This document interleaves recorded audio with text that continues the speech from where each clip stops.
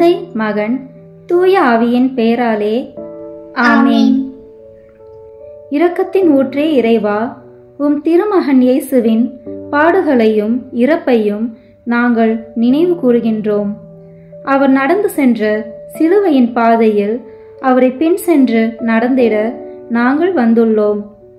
இறுதி வரை இயேசுவின் உண்மை சீடராக நாங்கள் வாழ வரம் அருள வேண்டும் என்று உம்மை இறைஞ்சி மன்றாடுகின்றோம்.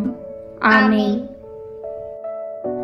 நாம் செய்த பாவங்களுக்கு பரிகாரமாக உத்தம மனஸ்தாப ஜெபம் சொல்வோம். ஏன் இறைவா, நன்மை நிறைந்தவர் நீர், அனைத்திற்கும் மேலாக அன்புக்கு உரியவர். என் பாவங்களால் உம்மை மனநோக செய்துவிட்டேன். ஆகவே நான் குற்றங்கள் பல செய்தேன் எனவும் நன்மைகள் பல செய்ய தவறினேன் எனவும் மனம் நொந்து வருந்துகிறேன். உமது அருள் துணையால் நான் மனம் திரும்பி இனிமேல் பாவம் செய்வதில்லை என்றும் பாவத்துக்கு ஏதுவான சூழ்நிலைகளை விட்டு விலகுவேன் என்றும் உறுதி கொடுக்கிறேன். எங்கள் மீட்பராம் இயேசு கிறிஸ்துவின் பாடுகளின் பயனாக இறைவா என் மேல் இரக்கமாயிரும்.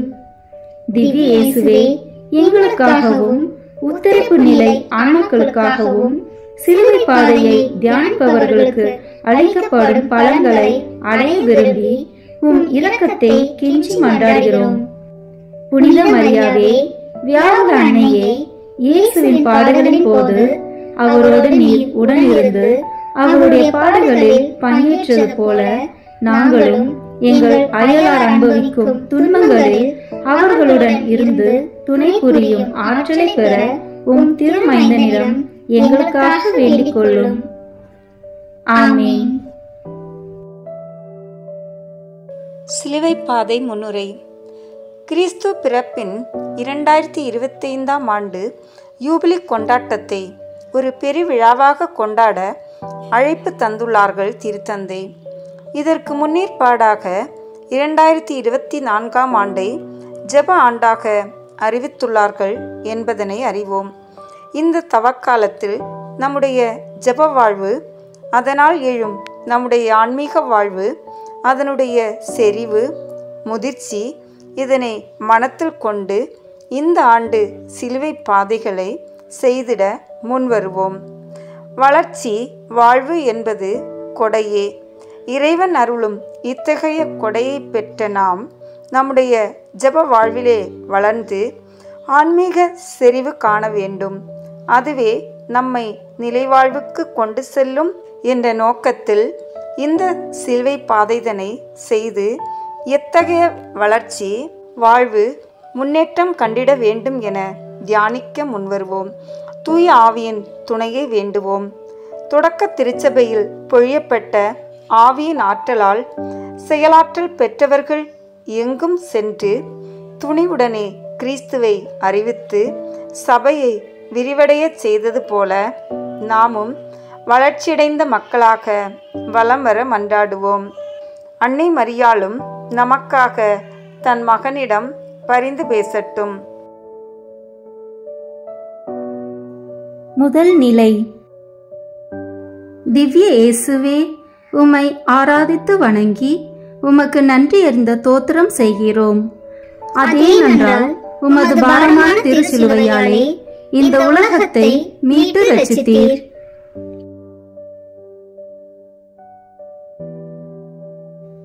இயேசு சிலுவை சுமக்கிறார்.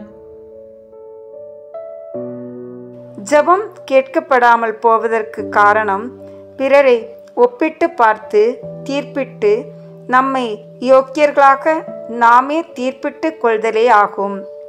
உவமையில் ஆண்டவர் கூறுகின்றார், ஆலயத்தினுள் வந்து ஜெபித்தவன் வேண்டுதல் கேட்கப்படாமல் போனது, ஜெபித்தும் பலன் விளையாமல் போனது, வந்தது போலவே பலன் பெறாமல் பயனற்ற நேரத்தை வீணடித்து போனான்.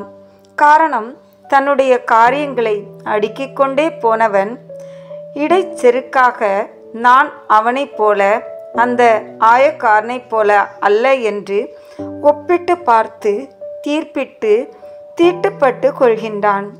தீர்ப்பிடும் அதிகாரத்தை தன் கையில் எடுத்தவன் முதிர்ச்சி இல்லாது போனதாலே வெறும் கையனாக திரும்பி செல்கின்றான். தன் நிலை உணர்வதே முதிர்ச்சி. வளர்ச்சி எதுவென்றால் தன்னை அறிந்து தன் நிலை உணர்ந்து தன்னை மாற்றிக்கொள்ள முன் வருகின்றவரே வாழ்வும் பெறுகின்றார். அத்தகைய ஆயக்காரரின் ஜெபமே கேட்கப்பட்டது. எங்கள் பேரில் தயவாயிரும் சுவாமி, எங்கள் பேரில் தயவாயிரும்.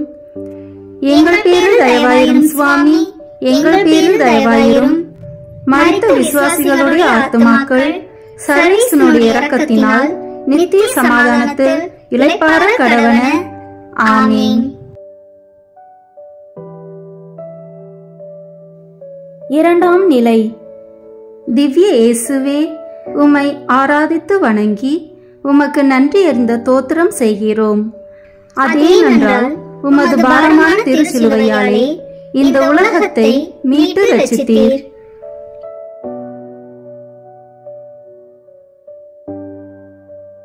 இயேசு சிலுவை சுமக்கிறார். பாரத்தில் பரமனை தேடுதல் பாரமான வாழ்வு நாம் தேடிக்கொள்வதுதானே தவிர நம்மீது பாரத்தை ஏற்றி இறைவன் வேடிக்கை பார்ப்பது இல்லை. குடிவெறி, பேராசை, ஊதாரித்தனம், கோபம், பழிவாங்கும் தன்மை, இது போன்ற பலவற்றினால் நாமே பாரத்தை ஏற்றிக்கொள்கின்றோம். நம்மவர்களுக்கும் பாரத்தை ஏற்றி விடுகின்றோம். நம்முடைய சுயநலன்களால் நம்மவர்களுக்கு பாரத்தை தருகின்றோம். இத்தகைய பாரமான சுமை நிறைந்த சூழலில் நாம் நாட வேண்டிய இடம் பரமனின் பாதத்தைத்தான். சுமை சுமந்து சோர்ந்திருப்போரே, எல்லாரும் என்னிடம் வாருங்கள் என்றவராலேயே நம்முடைய பாரத்தை எளிதாக்க முடியும். என் சுமை எளிது, என் நுகம் இனிது என்பதாலேயே அவரை தேடுவோமே. ஆனால் நம்மால் மகிழ்ந்திருக்க செய்ய அவராலேயே முடியும் என்பதை புரிந்து கொள்ள முன்வருவோம். எங்கள் பேரில் தயவாயிரும் சுவாமி, எங்கள் பேரில் தயவாயிரும். எங்கள் பேரில் தயவாயிரும் சுவாமி, எங்கள் பேரில் தயவாயிரும். மரித்த விசுவாசிகளுடைய ஆத்துமாக்கள் சர்வேசனுடைய இரக்கத்தினால் நித்திய சமாதானத்தில் இளைப்பாற கடவன. ஆமீன். மூன்றாம் நிலை. திவ்ய இயேசுவே, உம்மை ஆராதித்து வணங்கி உமக்கு நன்றியறிந்த தோத்திரம் செய்கிறோம். அதேனென்றால் உமது பாரமான திருச்சிலுவையாலே இந்த உலகத்தை மீட்டு ரட்சித்தீர்.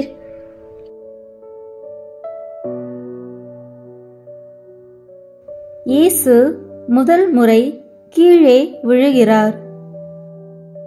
கேட்டு கேட்டு ஒன்றும் கிடைத்தது இல்லை என்பதாலேயே ஜெப வாழ்வில் தளர்ச்சி அடைகின்றோம். தளர்ச்சி அடைந்தால் எழுந்து பயணப்பட்டு இருப்பாரா இறைமகன்? தளர்ச்சி அடைவது என்பதுவும் ஒரு வகையான சோதனைதானோ? சாத்தானின் சோதனையாகவே இருக்குமோ? துயரத்தால் என் கண்ணும் என் உயிரும் என் உடலும் என் எலும்புகளும் தளர்ந்து போயின. மூடர் அளவு மீறி உழைத்து தளர்ந்து போவர். இதனால் தானே 6 நாட்கள் உழை, ஓய்வு நாளில் என்னை தேடு, உன்னை திடைப்படுத்துவேன். தளர்ந்து போன கைகளை திடப்படுத்துங்கள், தள்ளாடும் முழங்கால்களை உறுதிப்படுத்துங்கள் என இறைவாக்கினர் எசாயா முழங்கினார். நீ மன்றாடும் போது மனம் சோர்ந்து போகாதே. எங்கள் பேரில் தயவாயிரும் சுவாமி, எங்கள் பேரில் தயவாயிரும். எங்கள் பேரில் தயவாயிரும் சுவாமி, எங்கள் பேரில் தயவாயிரும். மரித்த விசுவாசிகளுடைய ஆத்துமாக்கள் சர்வேசனுடைய இரக்கத்தினால் நித்திய சமாதானத்தில் இளைப்பாற கடவன. ஆமீன். நான்காம் நிலை. திவ்ய இயேசுவே, உம்மை ஆராதித்து வணங்கி உமக்கு நன்றியறிந்த தோத்திரம் செய்கிறோம். அதேனென்றால் உமது பாரமான திருச்சிலுவையாலே இந்த உலகத்தை மீட்டு ரட்சித்தீர்.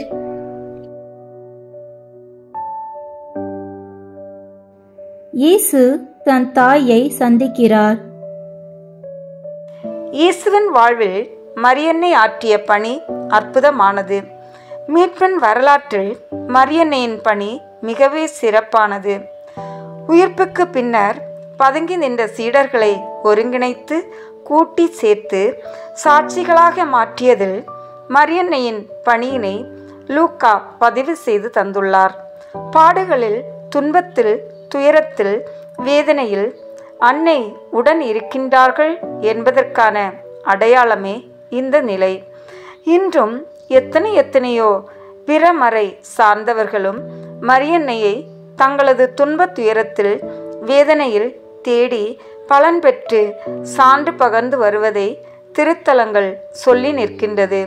மரியன்னையை வணங்கும் நாம் இந்த அன்னையின் பரிந்துரையை மன்றாடி பெற்றுக்கொள்ள முனைவோம். எங்கள் பேரில் தயவாயிரும் சுவாமி, எங்கள் பேரில் தயவாயிரும். எங்கள் பேரில் தயவாயிரும் சுவாமி, எங்கள் பேரில் தயவாயிரும். மரித்த விசுவாசிகளுடைய ஆத்துமாக்கள் சர்வேசனுடைய இரக்கத்தினால் நித்திய சமாதானத்தில் இளைப்பாற கடவன. ஆமீன். ஐந்தாம் நிலை. திவ்ய இயேசுவே, உம்மை ஆராதித்து வணங்கி உமக்கு நன்றி அறிந்த தோத்திரம் செய்கிறோம். அதேனென்றால் உமது பாரமான திருச்சிலுவையாலே இந்த உலகத்தை மீட்டு ரட்சித்தீர்.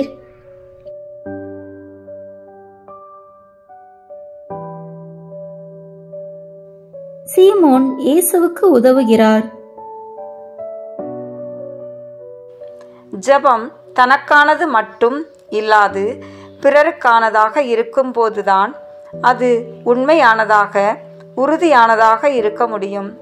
தந்தையே, இவர்கள் அறியாமல் செய்கிறார்கள், இவர்களை மன்னியும் என்றும், இவர்களுக்காக நான் உம்மை மன்றாடுகின்றேன் என்றும் இயேசு ஜெபித்ததையும் எண்ணி பார்ப்பது நல்லது.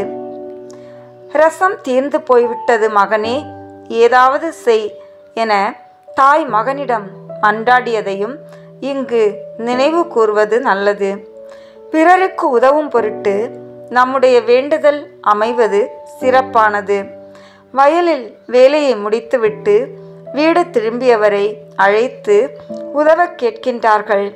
அவரும் உதவினார். நம்முடைய பாவங்களுக்காகத்தானே சிலுவையை அவர் சுமந்தார். பிறர் வாழ நம் வேண்டுதலை ஏறெடுப்போம். நூற்றோர் தலைவனைப் போல பிறர் நலனுக்காக மன்றாடுவோம், பலன் பெறுவோம். எங்கள் பேரில் தயவாயிரும் சுவாமி, எங்கள் பேரில் தயவாயிரும். எங்கள் பேரில் தயவாயிரும் சுவாமி, எங்கள் பேரில் தயவாயிரும். மரித்த விசுவாசிகளுடைய ஆத்துமாக்கள் சர்வேசனுடைய இரக்கத்தினால் நித்திய சமாதானத்தில் இளைப்பாற கடவன. ஆமீன். ஆறாம் நிலை. திவ்ய இயேசுவே, உம்மை ஆராதித்து வணங்கி உமக்கு நன்றி அறிந்த தோத்திரம் செய்கிறோம். அதேனென்றால் உமது பாரமான திருச்சிலுவையாலே இந்த உலகத்தை மீட்டு ரட்சித்தீர்.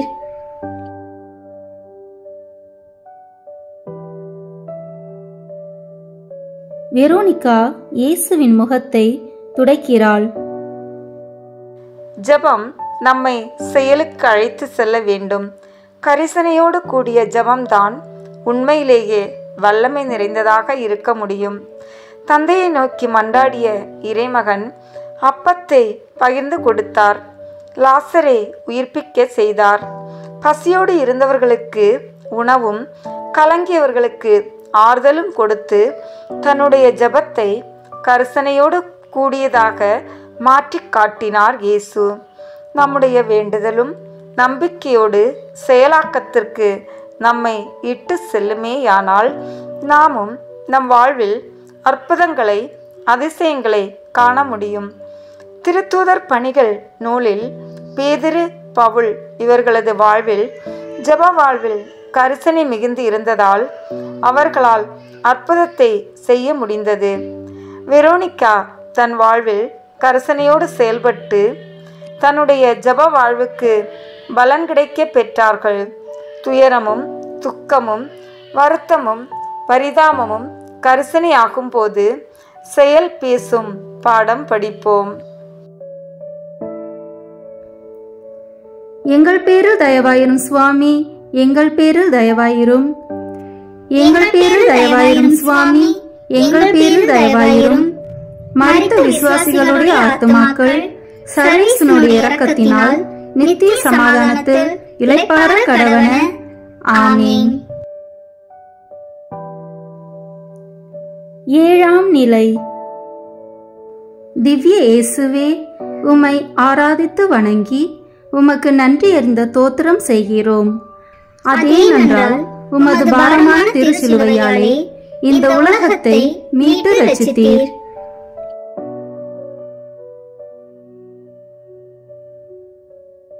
இயேசு இரண்டாம் முறை கீழே விழுகிறார். ஜப வாழ்வில் ஆணவம் தலை தூக்குமேயானால் ஜபம் கேட்க பெறாமல் போகும் என்பதுவே உண்மை.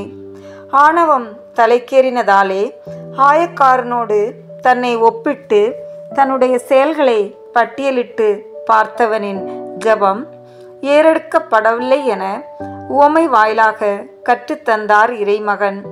பழைய உடன்படிக்கை நூலில் கூட பாபேல் கோபுரத்தின் செய்தி அவர்களது ஆணவமே அவர்களுக்குள்ளாக குழப்பத்தை தீர்க்க முடியாது போனது என பார்க்கின்றோம்.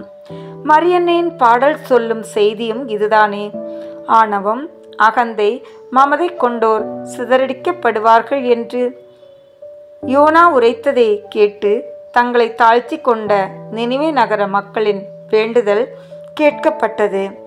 மார்பில் அறைந்து கொண்டு நிமிர்ந்து பார்க்க விரும்பாது நான் பாவி என்ற ஆயக்காரனின் ஜபம் ஏறெடுக்கப்பட்டதற்கு தாழ்ச்சியே காரணம் என்பதனை உணர்ந்து ஜப வாழ்வில் தாழ்ச்சியோடு நம்மை அர்ப்பணிப்போம். எங்கள் பேரில் தயவாயிரும் சுவாமி, எங்கள் பேரில் தயவாயிரும். எங்கள் பேரில் தயவாயிரும் சுவாமி, எங்கள் பேரில் தயவாயிரும். மரித்த விசுவாசிகளுடைய ஆத்துமாக்கள் சர்வேசனுடைய இரக்கத்தினால் நித்திய சமாதானத்தில் இளைப்பாற கடவன. ஆமீன். எட்டாம் நிலை. திவ்ய இயேசுவே, உம்மை ஆராதித்து வணங்கி உமக்கு நன்றி அறிந்த தோத்திரம் செய்கிறோம். அதேனென்றால் உமது பாரமான திருச்சிலுவையாலே இந்த உலகத்தை மீட்டு ரட்சித்தீர்.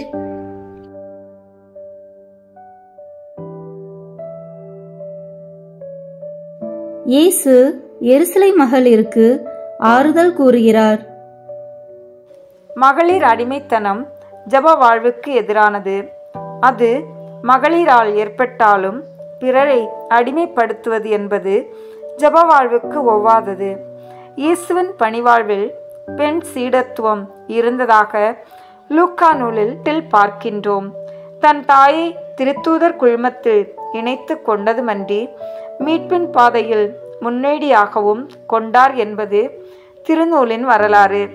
தன்னுடைய உயிர்ப்பின் செய்தியை திருத்தூதர்களுக்கு சொல்லி அனுப்பியதும் பெண் சீடர் வழியாகத்தான். ஆணாதிக்க சமூகத்தில் ஆண்களால் மட்டுமல்ல பெண்களால் கூட பெண்கள் அடிமைப்படுத்தப்படுவதும் காண கிடக்கின்ற ஒன்று ஆள் பார்த்து செயல்படுவது பாவம் என யாக்கோபு கூற, நாம் பிறரை பாலினத்தாலே வேறுபடுத்தி நடத்திவிட்டு ஜபம் கேளும் நல்ல தந்தையே என்றால் ஜபம் ஏறெடுக்கப்படுமா? எங்கள் பேரில் தயவாயிரும் சுவாமி, எங்கள் பேரில் தயவாயிரும். எங்கள் பேரில் தயவாயிரும் சுவாமி, எங்கள் பேரில் தயவாயிரும். மரித்த விசுவாசிகளுடைய ஆத்துமாக்கள் சர்வேசனுடைய இரக்கத்தினால் நித்திய சமாதானத்தில் இளைப்பாற கடவன. ஆமீன். ஒன்பதாம் நிலை. திவ்ய இயேசுவே, உம்மை ஆராதித்து வணங்கி உமக்கு நன்றி அறிந்த தோத்திரம் செய்கிறோம். அதேனென்றால் உமது பாரமான திருச்சிலுவையாலே இந்த உலகத்தை மீட்டு ரட்சித்தீர்.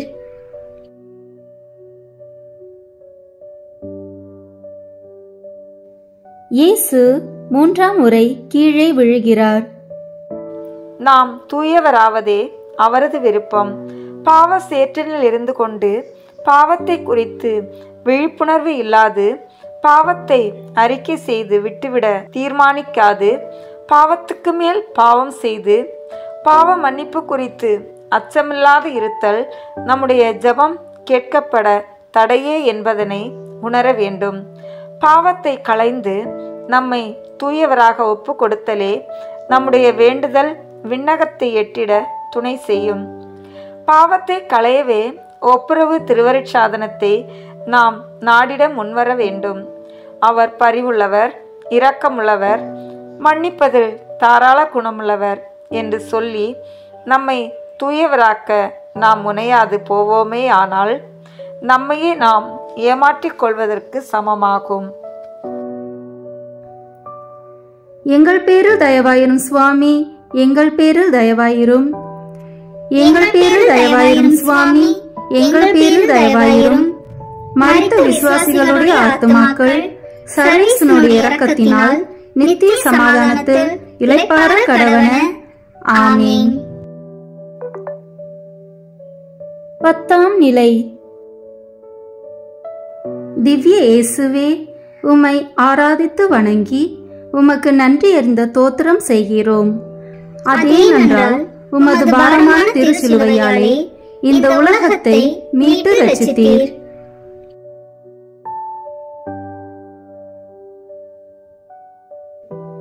இயேசுவின் ஆடைகளை களைகிறார்கள். ஆள் பாதி ஆடை பாதி. ஆடையும் நாம் யார் என்று சொல்லும் என்பது உண்மையே. நாம் செல்லும் இடத்துக்கேற்ப ஆடை அணிவது என்பது நம்முடைய பழக்கமான செயலே. விளையாட, குளிக்க, படுக்க, வைபவத்திற்கு, பள்ளிக்கூடத்திற்கு, பணியிடத்திற்கு என போகும் இடம் அறிந்து ஆடை அணிந்து செல்வது போல ஆண்டவனை வழிபட தரிசிக்க செல்லும் போதும் மரியாதையோடு கூடிய ஆடை என்பது அவசியமான ஒன்றே.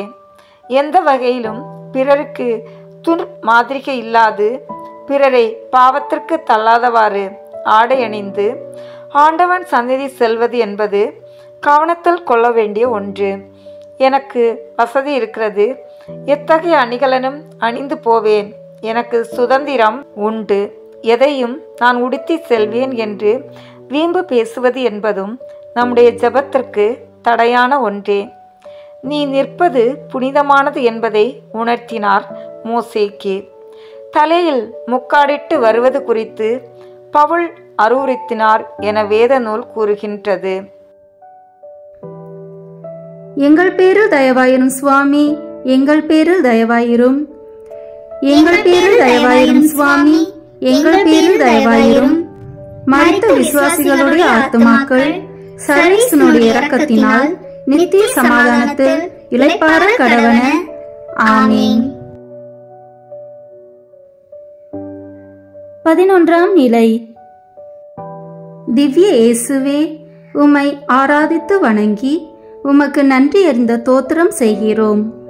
அதேனென்றால் உமது பாரமான திருச்சிலுவையாலே இந்த உலகத்தை மீட்டு ரட்சித்தீர்.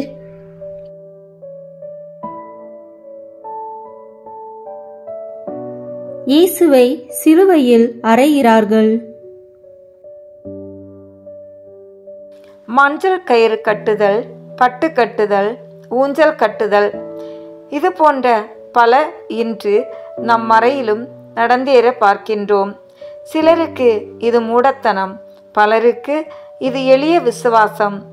எளிய விசுவாசம் என்று சொல்லி இதனை ஆதரிப்பது என்பதனை விட இறைவாக்கு சொல்லும் செய்தியினை உள்ளத்தின் ஆழத்தில் வரைந்து வைத்தல் என்பது அவசியமானது. அதுவே நம்மை மீட்கக்கூடியது.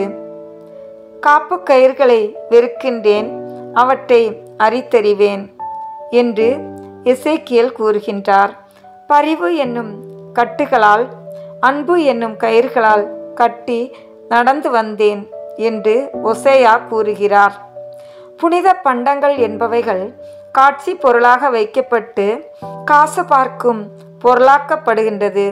இன்றைக்கும் அறையப்பட்டு கொண்டே இருப்பதற்கான சாட்சியமே இவைகள். கடவுளின் வார்த்தைகள் தான் பார்க்கும் இடமெங்கும் வைக்கப்பட வேண்டும் என விவிலியம் சொல்லி நிற்கின்றது.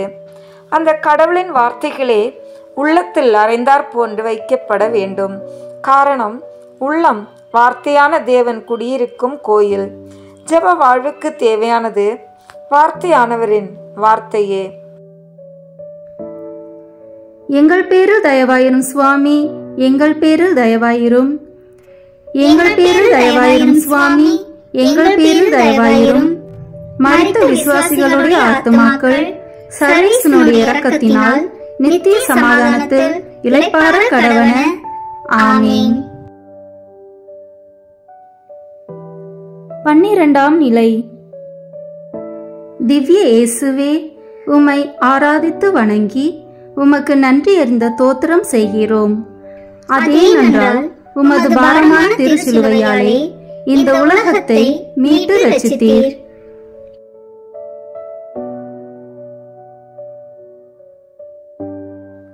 இயேசு சிலுவையில் உயிர் விடுகிறார். ஜெப வாழ்வு நம்முடைய மூச்சாக வேண்டும். ஜெப வாழ்வு இல்லை என்றால் மூச்சற்ற நிலை, பிணமான நிலைதான். சிலுவையில் கூட மன்னியும், இன்றே என்னோடு வான்வீட்டில் இருப்பாய், இதோ உம் தாய், இதோ உம் மகன், தாகமாய் இருக்கின்றேன், நிறைவேறியது, ஒப்படைக்கின்றேன் என்ற 7 வார்த்தைகளும் இறுதி மட்டும் தந்தையோடு ஜெபத்தில் ஒன்றித்திருந்தார் என்பதனை அறிவுறுத்தி நிற்கின்றது. ஜெப வாழ்வே அவருடைய வெற்றியின் தாரக மந்திரமாய் இருந்தது என்பதனை அறிகின்றோம். நம்முடைய வாழ்வும் உயிர் மூச்சுள்ளதாக இருந்திட ஜெபத்தை நம்முடைய சுவாசமாக கொண்டு வாழ விழைவோம்.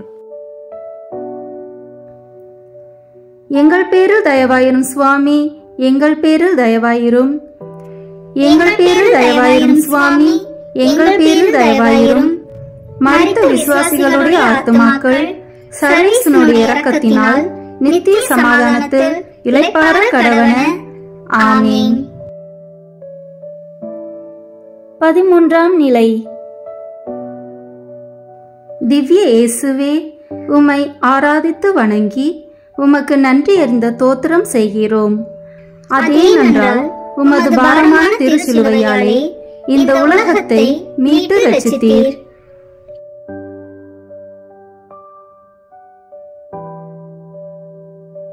இயேசுவின் உடல் தாயின் மடியில் கிடத்தப்படுகிறது.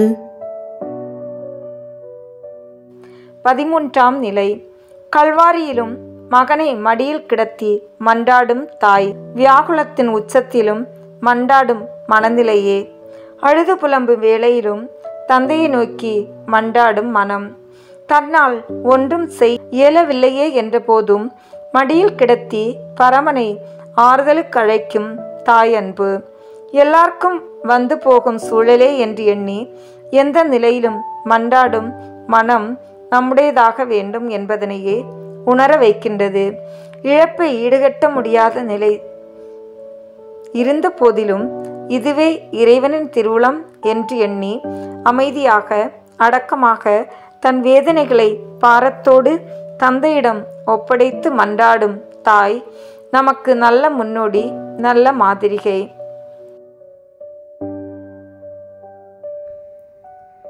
எங்கள் பேரில் தயவாயிரும் சுவாமி, எங்கள் பேரில் தயவாயிரும். எங்கள் பேரில் தயவாயிரும் சுவாமி, எங்கள் பேரில் தயவாயிரும். மரித்த விசுவாசிகளுடைய ஆத்துமாக்கள் சர்வேசனுடைய இரக்கத்தினால் நித்திய சமாதானத்தில் இளைப்பாற கடவன. ஆமீன்.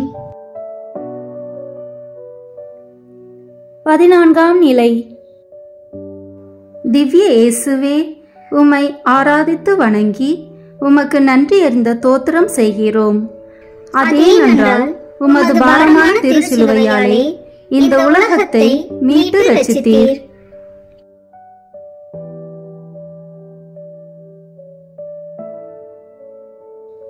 இயேசுவை கல்லறையில் அடக்கம் செய்கிறார்கள். குழி ஜபம், தனி ஜபம் என இரு வேறுபட்ட நிலையுண்டு என்றாலும் தனிஜபம் என்பது எவ்வளவு முக்கியத்துவம் வாய்ந்தது என்பதனை இயேசுவின் பணிவாழ்வில் பலமுறை பார்க்கின்றோம். தனியாக சென்று ஜெபித்தார், கருக்களில் எழுந்து சென்று ஜெபித்தார், இரவெல்லாம் தனியாக இருந்து ஜெபித்தார் என்றெல்லாம் நற்செய்தியாளர்கள் பறைசாற்றுகின்றார்கள். அமைதியாக, அடக்கமாக, ஆர்ப்பாட்டமின்றி, ஆரவாரமின்றி, கதவை உள்ளே தாழ்பாள் இட்டு தனியாளாக இருந்து ஜெபிப்பது என்பது மிகவும் அவசியமானது என்பதனை உணர அழைக்கப்படுகின்றோம்.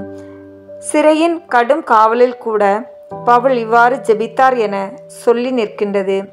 குழுமமாக, குடும்பமாக, அன்பியமாக கூடி ஜெபித்தாலும் தனி மனிதனாக நம்முடைய தனிப்பட்ட ஆன்மா உறுதி பெறும் பொருட்டு திவ்ய நற்குணையை சந்தித்தல், திருவிவிலியத்தை வாசித்தல், தியானித்தல் என்பது போன்ற செயல்களில் அன்றாடம் பங்கேற்க வேண்டியது காலத்தின் வாழ்வின் கட்டாயம் என்பதனை புரிந்து கொள்ள முன்வருவோம். எங்கள் பேரில் தயவாயிரும் சுவாமி, எங்கள் பேரில் தயவாயிரும். எங்கள் பேரில் தயவாயிரும் சுவாமி, எங்கள் பேரில் தயவாயிரும். மரித்த விசுவாசிகளுடைய ஆத்துமாக்கள் சர்வேசனுடைய இரக்கத்தினால் நித்திய சமாதானத்தில் இளைப்பாற கடவன. ஆமீன். சுவாமி பாடுபட்ட சுரூபத்தை பார்த்து தியானிக்கும் ஜெபம். என் ஆசைக்குரிய சேசு மரித்தாரோ? ஒரு நாளும் மரிக்க கூடாதவர் மரித்தாரோ? சகல மனிதர் உயிரை கடந்த மேலான உயிருள்ளவர் உயிர் விட்டாரோ? எல்லாருக்கும் உயிர் அளிப்பவர் உயிர் விட்டாரோ? மனு மக்களுக்காக தேவசுதன் இறந்தாரோ? ஆண்டவர் அடிமைகளுக்காக இறந்தாரோ? பாவிகளுக்காக பரிசுத்தர் உயிரிழந்தாரோ? ஓநாய்களுக்காக செம்மறி புருவை மாய்ந்ததோ? என் இயேசுவே, நீரோ இந்த சிலுவையில் அறையப்பட்டிருக்கிறது. ஜீவன் பிரிந்து உடல் விரைத்திருக்கும் உம்மையை சிநேகித்து ஆராதித்து போற்றி புகழ்ந்து வாழ்த்தி ஸ்துதித்து வணங்கி நமஸ்கரிக்கிறேன் சுவாமி. சம்மனசுகளால் ஆராதிக்கப்படும் தேவசிரசே, மனிதருக்காக கல்லிலும் புள்ளிலும் சயனித்ததுமாய் முள்முடி அழுத்தின காயத்தால் ஒழுகி வடிந்த திரு இரத்தத்தில் தோய்ந்து மூச்சையடைந்து உயிர் விட்டு கவிழ்ந்திருக்கும் என் இயேசுவின் திருசிரசே, இந்த சிலுவையில் உம்மை வணங்குகிறேன். கிருபை உடைத்தான இயேசுவை பார்த்து நீ மனிதருக்காக பட்ட அவமானத்தையும் அடைந்த நிந்தையும் குறித்து என் அகங்கார கர்வத்தை போக்கி தாழ்ச்சி உள்ளவளாக செய்வாயாக. சம்மனசுகளுக்கு ஆனந்த சந்தோஷம் கொடுக்கிறதுமாய் சூரியனை மங்கடிக்கும் ஜோதி பிரகாச சுந்தர ஒளியுள்ளதுமாய் மனுமக்களில் ரூப லாவண்ய அலங்காரம் உள்ளதுமாய் இருக்கிற இயேசுவின் திருமுகமே, மனிதரின் அசுத்த உமிழ்நீரால் அழுக்கடைந்து அடிகளால் கன்றி சிரசன் காயத்தில் நின்று ஓடி விழும் இரத்தத்தால் சிவந்து உயிர் பிறந்ததனால் வெளித்திருக்கும் என் இயேசுவின் திருமுகமே, இந்த சிலுவையில் உம்மை வணங்குகிறேன். கிருபையுடைத்தான இயேசுவை பார்த்து நீ மனுஷருக்காக வேறுபட்டு வேற்றுருவானதை குறித்து பாவத்தால் நான் கொண்ட அவலட்சண சொரூபத்தை மாற்றி இஷ்ட பிரசாதத்தால் அழகுள்ளவளாக செய்வாயாக. எங்கள் பாவத்திற்காக அழுது சிலுவை முதலான உபத்திரவங்களை சந்தோஷமாக தரிசித்து கிருபா கடாட்சத்தோடு எங்களை நோக்கி எங்கள் குற்றங்களை பார்க்க சகிக்க மாட்டாமல் மூடியிருக்கும் என் இயேசுவின் திருவிழிகளே, இந்த சிலுவையில் உங்களை வணங்குகிறேன். கிருபையுடைத்தான இயேசுவை பார்த்து நீங்கள் எனக்காக சிந்தின கண்ணீரின் பலனை நான் இழந்து போகாதபடி உங்கள் கண்ணீரோடு என் கண்ணீரையும் ஒருமிக்க சேர்க்க எனக்கு வேண்டிய மனஸ்தாபத்தை தந்தருள்வீர்களாக.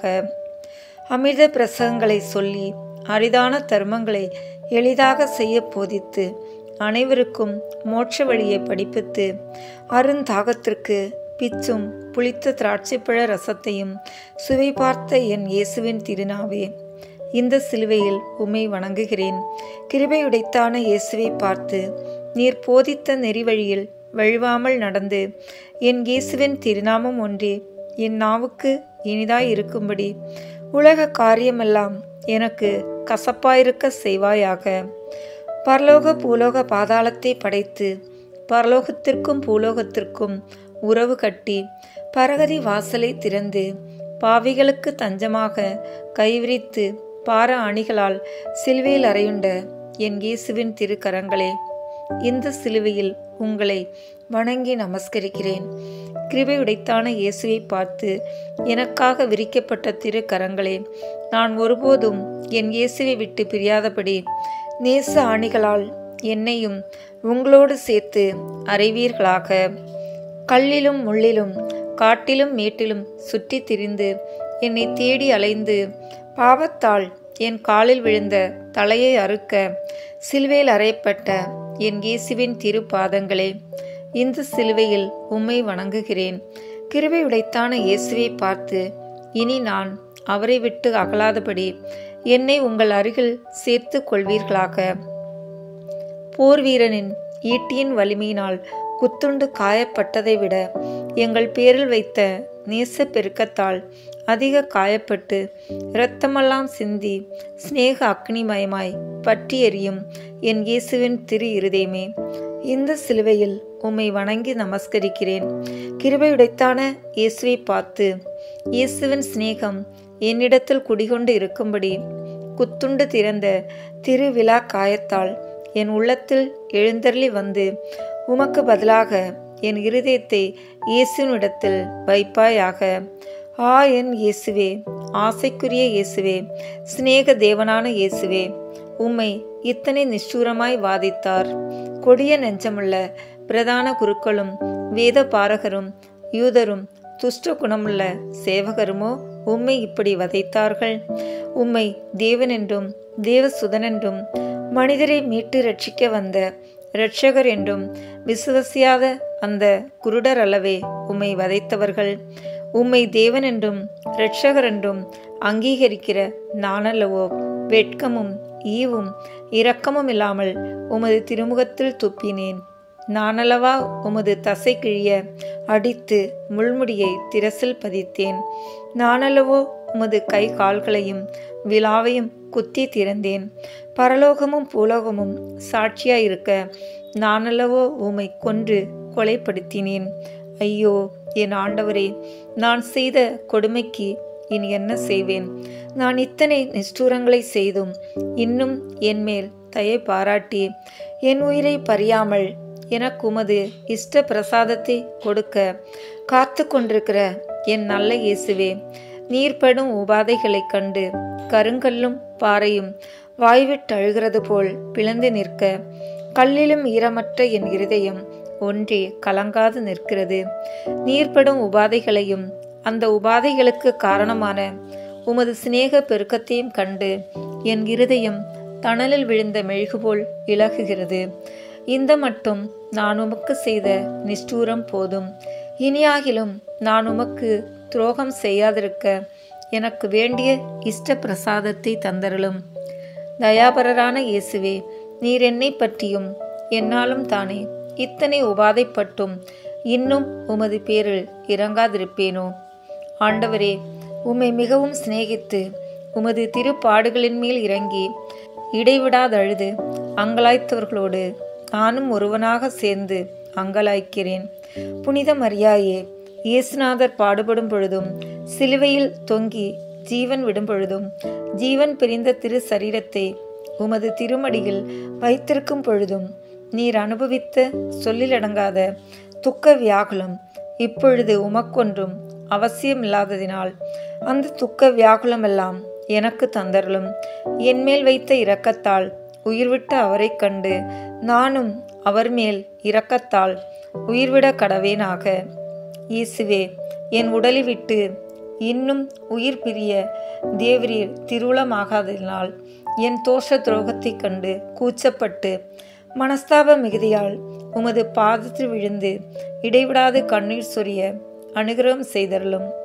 ஆண்டவரே, மனஸ்தாப மிகுதியால் அநேக ஆத்மாக்களின் இருதயம் பொடிப்படியாய் நொறுங்கினார் போல என் இருதயமும் நொறுங்கவும் என் கண்கள் இரண்டும் ஓயாமல் கண்ணீர் சொரியும் ஊற்றுகளாயும் என் கண்ணீர் இரத்த கண்ணீராகவும் செய்தருளும்.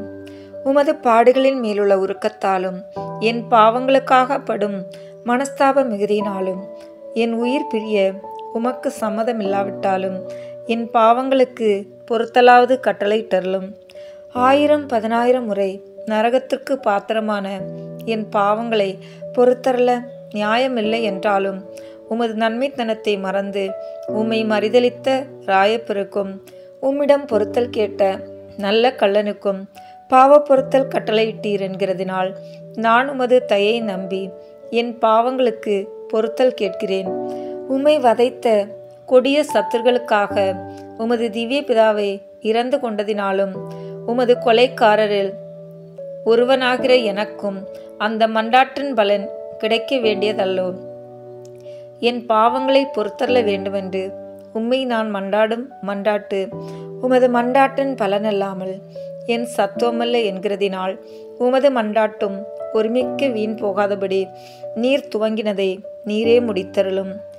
உமது பிதாவானவர் இப்பொழுது உம்மை சகல படைக்கப்பட்ட வஸ்துக்களுக்கும் அதிபதி கர்த்தாவாகவும் சகல ஜீவியர்களுக்கும் மரித்தவர்களுக்கும் மத்தியஸ்தராகவும் ஸ்தாபித்திருக்கிறதினால் அப்பொழுது நீர் அவரை கேட்டுக்கொண்ட மண்டாட்டை இப்பொழுது நீர்தாமை கட்டளையிட வல்லவராய் இருக்கிறதினால் அப்பொழுது நீர் ஆசைப்பட்டு கேட்ட எங்கள் பாவ பொறுத்தலை இப்பொழுது நீரே எங்களுக்கு கட்டளையிட்டருளும்.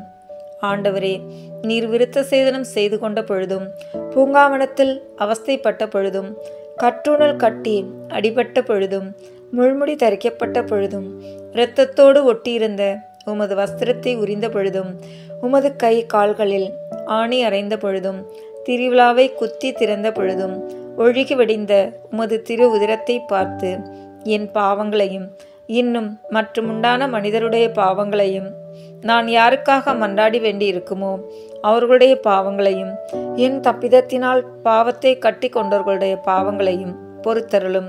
எங்கள் பாவங்களின் நிமித்தம் எங்களுக்காக சிந்தப்பட்ட திரு இரத்தத்தை குறித்து எங்கள் பேரில் கிருபையாயிருக்க மன்றாடுகிறோம். எங்களை பழிவாங்க கேளாமல் எங்களுக்கு இரக்கம் செய்ய அபயமிடும் உம் இரத்தத்தை குறித்து எங்கள் மேல் இரக்கமாயிருக்க மன்றாடுகிறோம். எங்கள் துரோகங்களை அளவு கடந்த பேருள்ள உமது இரத்தத்தை குறித்து எங்கள் மேல் கருணையாயிருக்க மன்றாடுகிறோம்.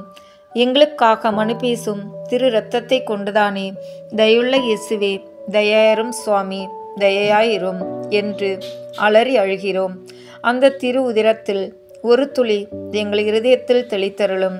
எங்கள் பாவ தோஷங்களெல்லாம் நிர்மூலமாய் போகும். ஆண்டவரே, எங்கள் மன்றாட்டுக்கு இறங்கி எங்கள் பாவங்களை பொறுத்தருளினதினால் இத்தனை துரோகங்களை செய்தபின் எங்கள் நன்றி கெட்ட தன்மையை பாராமல் இன்னமும் உமது கிருபையை தானே குறித்து தயை புரிந்தீரென்று நினைத்து உமது மேல் அதிக நன்றி பாராட்டி எங்கள் குற்றங்களுக்காக அதிக மனஸ்தாபப்படுகிறோம். என் நல்ல இயேசுவே, எங்கள் நன்றி கெட்ட தன்மை கரை காணாததாய் இருந்தாலும் உமது நன்மைத்தன்மை அதிலும் கரை காணாத கருணை கடலாய் இருக்கிறது. இயேசுவே, என் பாவ பெருக்கத்தையும் உமது நன்மையின் விசாலத்தையும் நீர் அனுபவித்த வேதனை நோவுகளின் அகோரத்தையும் உமது அன்பின் பூரிப்பையும் காணும் பொழுது என்னிடத்தில் பிறக்கும் விம்மல் தேம்பல் பெருமூச்சினால் என் இருதயம் வெடித்து நாவடைத்து போகிறது.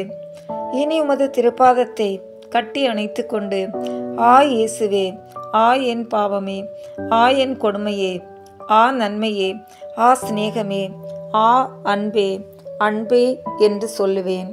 ஆமேன். திருத்தந்தையின் கருத்துக்களுக்காக வேண்டிக் கொள்வோம். விண்ணுலகில் இருக்கிற எங்கள் தந்தையே, உமது பெயர் தூயது என போற்ற பெறுக. உமது ஆட்சி வருக. உமது திருவுளம் விண்ணுலகில் நிறைவேறுவது போல மண்ணுலகிலும் நிறைவேறுக. எங்கள் அன்றாட உணவை இன்று எங்களுக்கு தாரும். எங்களுக்கு எதிராக குற்றம் செய்வோரை நாங்கள் மன்னிப்பது போல எங்கள் குற்றங்களை மன்னியும். எங்களை சோதனைக்கு உட்படுத்தாதேயும், தீமையிலிருந்து எங்களை விடுவித்தருளும். ஆமேன். அருள் நிறைந்த மரியே வாழ்க. ஆண்டவர் உம்முடனே, பெண்களுக்குள் ஆசி பெற்றவர் நீரே. உம்முடைய திருவயிற்றின் கனியாகிய இயேசுவும் ஆசி பெற்றவரே.